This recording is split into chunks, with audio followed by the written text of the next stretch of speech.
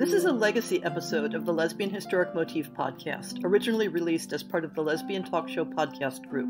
Some references may be obsolete.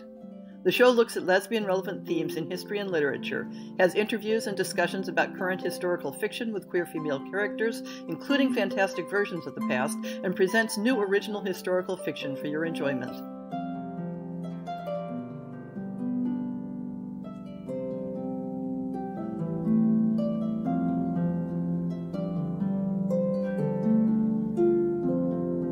Today, the Lesbian Historic Motif Project is delighted to talk to Zen Cho, whose recent novel, The True Queen, falls in the increasingly popular genre of Regency fantasy, while expanding the scope of that genre to include non-white and queer protagonists. Welcome, Zen. Hi, how are you doing?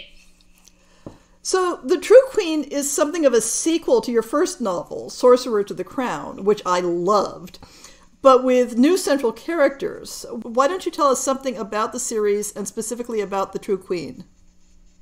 I'm really glad you enjoyed Sorcerer. It is a standalone, basically, following up. So it's set 2 years after Sorcerer to the Crown. And it follows the adventures of a young woman named Muna. She's from the island of Jandabite, which readers of Sorcerer to the Crown will know as an island in the Straits of Malacca, inhabited by witches. Muna isn't a witch, however. She doesn't have any magic. She's just sort of an ordinary young woman who just happens to be under a curse that's stolen her memories. And she's forced to go on a quest, basically, to try to break this curse when she finds out that it is killing her sister. And so and that quest leads her to England and a certain Sorceress Royal's academy for teaching women magic. And then later on to Fairyland. That's kind of what the book is about.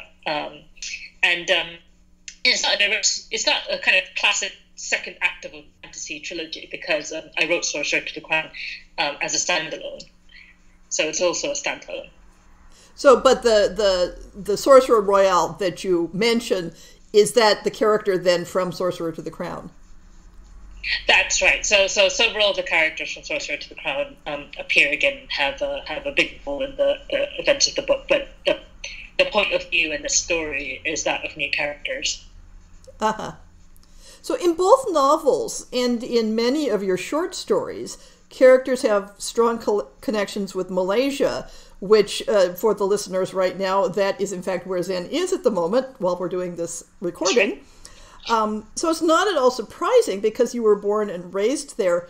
But so why the attraction of Regency England? That's the surprising part. What caught your interest about that setting? I think it's only surprising if you don't know what the bookstores are like here in Malaysia. we are a former British colony. Yes. I think this applies to almost anywhere. To many countries outside the kind of US and UK, particularly kind of, I suppose, what we call developing countries. But when you go to a bookstore here, the majority of the books won't be by Malaysian authors. They won't have been published in Malaysia. They will be books that have been imported in from basically big 5 companies that supply books everywhere else. And so they are books by British and American authors, mainly about British American people. And so I actually grew up as a child reading a lot of British fiction, particularly, and a lot of 19th century British fiction. Oh. The reason for that is that I was a voracious reader, as many writers were as children, and I was really only allowed to buy one book per week. We'd go to the bookshop on the weekend. My parents would allow me one book. And obviously, it couldn't be an overly expensive book.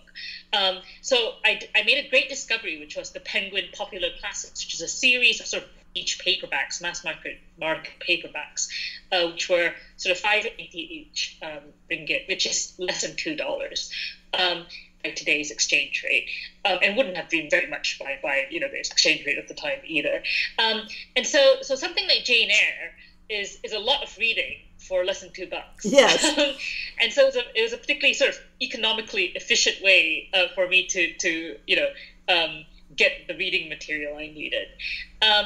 And for some reason, I don't know who made this decision, but the Penguin Popular Classics are basically the 19th century. So they kind of start Jane Austen is one of their earlier authors, and then they kind of end around the maybe 1920s, roughly kind of Edwardian era. So Saki is one of their later authors, and apart from a couple of French authors, they're majority British as well. So it's this kind of very clear corpus of fiction that was very. I came to it at a very young age, at a time when I was sort of vulnerable to influence, as it were. And I think that's why kind of the 19th century continues to exert this fascination over my imagination. And I think, as you know, that it's kind of 19th century fantasy is a really common subgenre. It's a kind of thriving one. And it's not just people from former British colonies necessarily that write it. So I think it's to say something about the kind of the power of the 19th century and kind of what happened then. I think that's when the kind of the foundation of our modern world really built, and I think that's part of why it kind of keeps drawing people to it. Oh, that makes a lot of sense. So you imprinted on it through the available literature.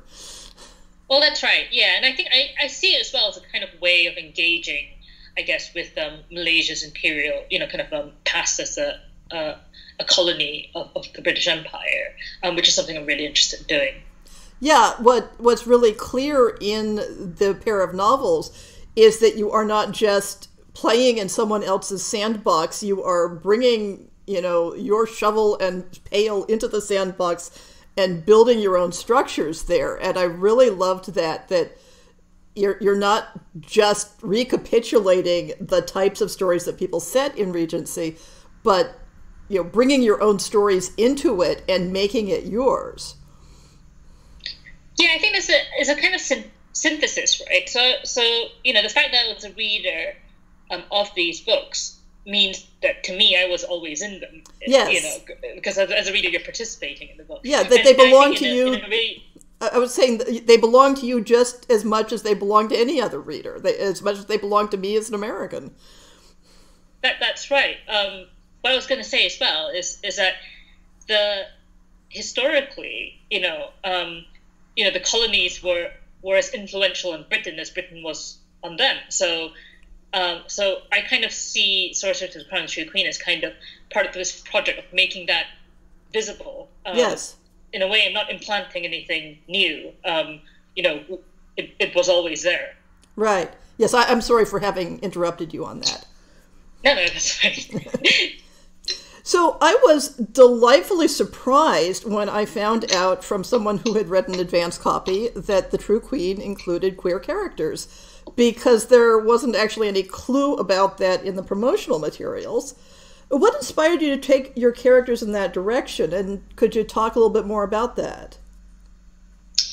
Yeah, it wasn't really something that was in my mind when I set up. Part of the reason I think it's not mentioned in the promotional materials is that there definitely is a queer romance subplot, but it's very much a subplot, and the kind of main relationship, the core relationship in the book, actually, it is between two women, but it's between Muna and her sister, Sakti. And so I think part of how it happened, it was just happenstance in a way. I tend to I write fantasy, but I tend always to include a kind of strong romance subplot. I just kind of enjoy that, and everyone in the book, every major character in the book, almost every major character in the book is a woman, to the point that when I was kind of discussing the outline with my agent and editor before, kind of at some point of the writing process, my agent said, well, what about the romance? We there have to be some male characters. And I was sort of sitting there thinking, well, do there? And so, and I also ran into that really classic problem, and I'm sure you have this as well, where if you write a story that, a queer romance or a story that's majority one gender, the pronouns get really sticky because I know about that. So you have to start constructing sentences in ways that perhaps feel less natural to you, just so you can use the person's name rather than saying she or her, because that would be too confusing. So that's what happened. So when I started outlining the book, I knew Muna and Sakti, the sisters, their relationship would be the core, the kind of driver of plot.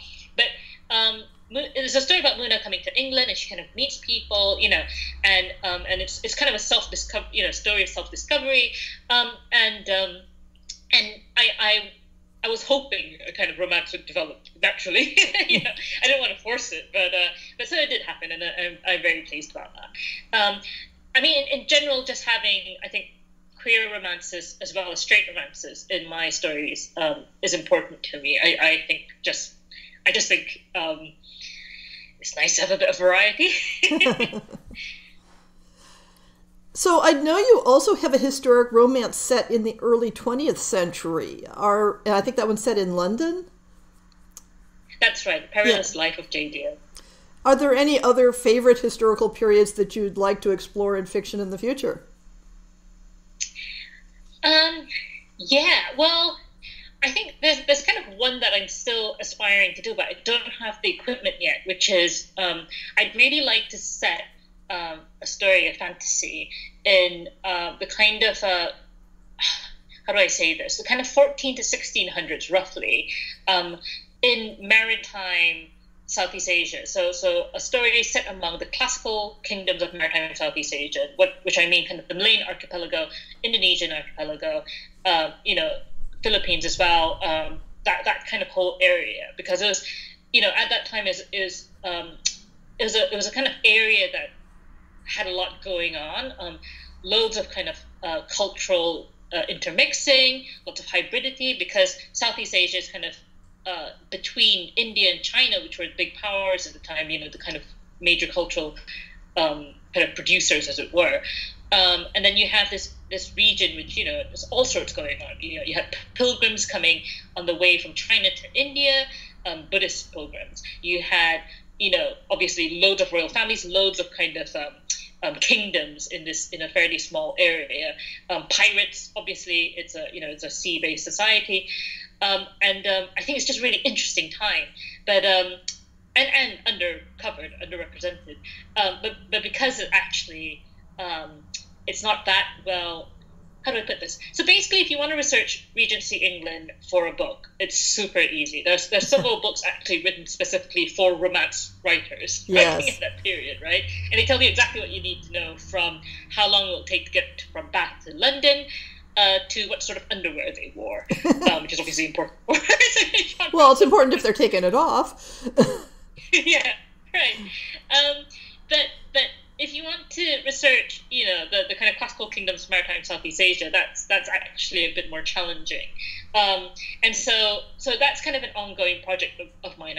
I'm kind of on an ongoing basis trying to find out more about that period. So eventually I'll be able to write a novel or a few novels set during that era. Yeah, that'd be fascinating. Looking forward to that. Do you have a formal background in history, or did it all come out of your love of historic fiction? No formal background. I'm a lawyer. I trained as a lawyer. But I think, and I think what I'd say is that history is taught in a really weird way in Malaysia, which there are lots of omissions. And maybe that's a case of, how history is taught anywhere. But the omissions are particularly obvious, I think, because they're not done very skillfully. And there's lots of things that that the powers that be aren't interested in having people think about or talk about. And so when I was growing up, there were always things that sort of puzzled me.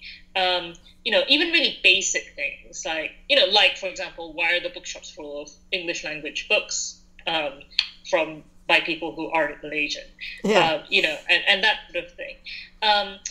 And as I grew up and started learning more about history from, I guess, informal sources, I started realizing that was kind of a bigger story, and that's really what piqued my interest in it. And I think that's something you can find in any history. So Sorcerer to the Crown was very much, because it's about, England's first African sorcerer royal. That was very much inspired by, going to museums and kind of seeing these paintings from European historical paintings that had, kind of Black people in them, images of Black people, and then realizing that the history of Black people in England, for example, is much longer than people suppose. It's generally, the story as it's told in the UK generally starts with the Windrush generation, kind of mid 20th century, when the loads of people come over from the Caribbean to work as bus drivers or nurses and so on. The British government had a kind of explicit kind of recruitment campaign, but in fact, obviously, British people, Black people were in Britain, far earlier, and that's kind of what sparked Sorcerer to the Crown. Mm-hmm.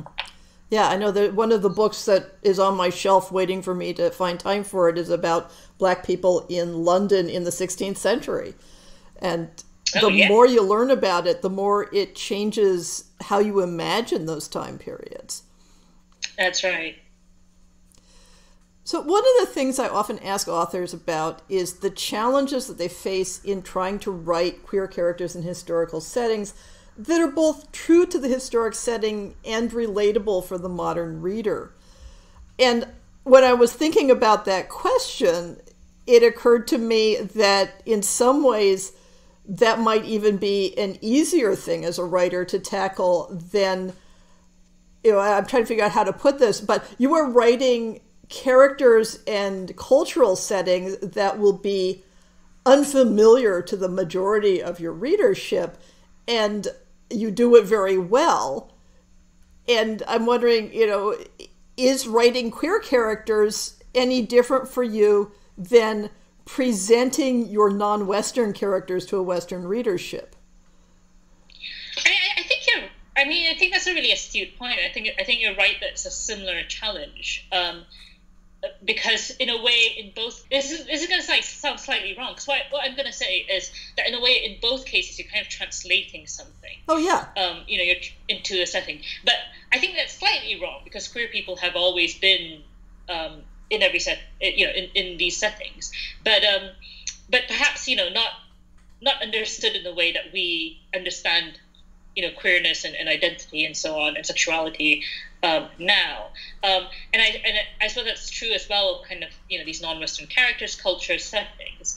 One thing that I do in Sorcerer to the Crown and True Queen, well, particularly True Queen, because it's from the point of view of a character from Malaya, is it is kind of a translation. So I'm writing in a fairly archaic English, one that sort of is reminiscent of, say, Jane Austen's English or the English of that was used in that time. So quite involved sentences, and low period slang and that kind of thing, which is almost a character in its own right. But I'm writing from the point of view of an Asian character who basically wouldn't have spoken English, and I kind of get over that by magicking it away. But one of the things I kind of did to entertain myself as I was going along was just translating, say, Malay peribahasa, which is a sayings, like traditional sayings, like proverbs, into English. And the favorite one that I found actually was, and this means something like, give you an inch and you'll take a mile, is to ask the Dutch for no. You're like the Dutch asking for land. Oh. So, give you a bit and you will ask for some more. I thought that was just brilliant, Yeah. And so definitely use that. But it is a challenge, and I think it takes one way I kind of deal with it is to take myself to kind of approach it and say, look, for my characters, I want it to be the case that to be Asian or to be queer is normative. That's just who they are, and not to kind of have a kind of false consciousness in a way. Like I have loads of kind of this kind of double consciousness, but that wouldn't have been the case for someone in early 19th century Malaya who was who didn't have much to do with the British, and so. If I take that experience as a kind of human experience, it's normative, it's the default for my character, and then I go into a setting that's foreign to them, and that's kind of how I take it. And I try not to explain too much because I'm conscious, as you say, that many of my readers will be, for many of my readers, this will be kind of foreign culture that I'm presenting to them. But I always write to kind of an imaginary version of myself, 16 years old, somebody who really wanted this sort of story, but just couldn't find it anywhere. And what I always think as well is that, look, I was growing up, in Malaysia, in 20th century Malaysia, reading Dickens, for example, reading about horse carriages and handkerchiefs and, all sorts. and nobody provided a glossary to me, and I kind of struggled through fine, and well, it wasn't even that much of a struggle. So I think readers, I think readers can take things on. I think there can be a tendency to kind of make things a bit too digestible for the Western reader because everything has been designed for them in that's been published. But I think actually, you kind of, if you give yourself a chance, you can kind of you can read things that are kind of more foreign than you realize, and it's fine. Well, and to some extent, any modern person who's reading Jane Austen is doing something similar. She was writing for her contemporaries, and there's no need to go to footnotes to understand what's going on in the stories.